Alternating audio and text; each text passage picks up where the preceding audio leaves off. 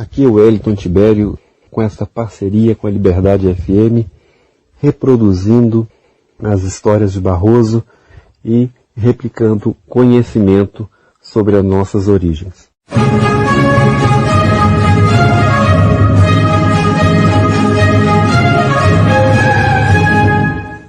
Segundo a tradição, Joaquim Barroso seria o suposto primeiro habitante da região em que se formaria o município de Barroso.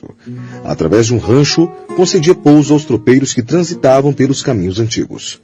A historiografia já consagrou a importância dos ranchos estabelecidos ao longo dos caminhos na formação das Minas Gerais, de modo que o povoamento em Barroso está inserido neste contexto, conforme demonstra Geraldo Napoleão. A exemplo do que ocorreu com diversas localidades mineiras, também foram portugueses ou descendentes da gente lusitana os primeiros habitantes desta região. O alferes Joaquim Barroso, mais destacado entre os desbravadores, era proprietário rural. Possuía um sítio cuja sede ficava localizada nas imediações da antiga Rua da Mina. Deduz-se que o alferes Joaquim Barroso tenha vivido nestas paragens por volta do século XVII ou até princípios do século XVIII. Isso é tudo o que se sabe da mitológica figura, cujo nome jamais constou nas fontes documentais das quais servem os historiadores sérios para a produção do conhecimento histórico. A informação de que o alferes teria vivido por volta do século XVII é um erro, visto que à época a região era povoada apenas pelos índios e somente no princípio do século seguinte passaria então a ser povoada pelos portugueses em busca do ouro. Já na revista do Arquivo Público Mineiro, em 1900, um interessante artigo publicado sobre o distrito de Barroso assegura que a localidade, segundo a tradição, foi fazenda de João Barroso, do qual recebeu o nome. E por volta dos anos 50, com a publicação da Enciclopédia dos Municípios Brasileiros pelo Instituto Brasileiro de Geografia e Estatística, foi alterada a denominação do proprietário da fazenda, distinguindo-se a partir de então por alferes Joaquim Barroso, porém sem comprovação histórica. Não se pretende aqui desmerecer a história oral enquanto uma das fontes do conhecimento histórico para pesquisas, mas deixamos claro a dúvida com relação a quem foi nosso primeiro povoador. O suposto alferes Joaquim Barroso poderia ter se estabelecido nas proximidades do Rio das Mortes, permanecendo no anonimato, sendo que esta região ligava então freguesias de Nossa Senhora da Piedade da Borda do Campo, as então vilas de São João del Rei e São José del Rei. Isso demonstra que a tentativa de se construir a trajetória de um habitante nos primórdios do século XVIII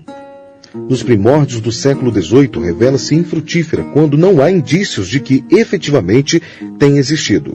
Buscar as possibilidades de como esta figura deslocou-se da região, até mesmo sugerir nomes em substituição ao que convencionalmente se estabeleceu na tentativa de corroborar a fonte oral, perde seu sentido diante da constatação de que símbolos, alegorias, mitos só criam raízes quando há terreno social e cultural no qual se alimentarem. Na ausência de tal base, a tentativa de criá-los, de manipulá-los, de utilizá-los como elementos de legitimação cai no vazio, quando não no ridículo.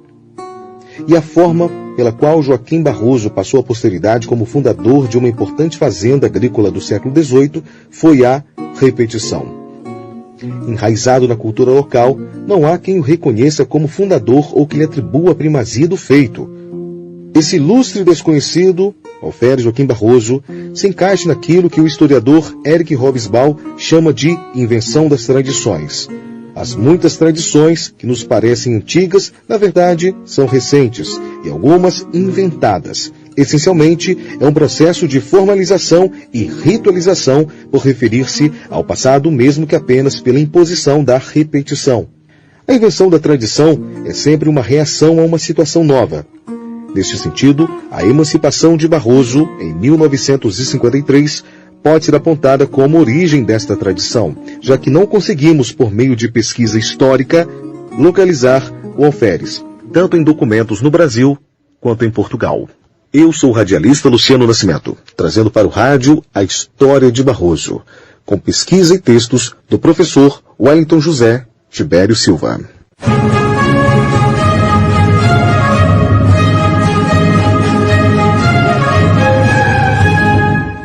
Liberdade é Cultura, Liberdade é Mais História, blog Histórias de Barroso, com esta parceria com a Liberdade FM, reproduzindo as histórias de Barroso e replicando conhecimento sobre as nossas origens.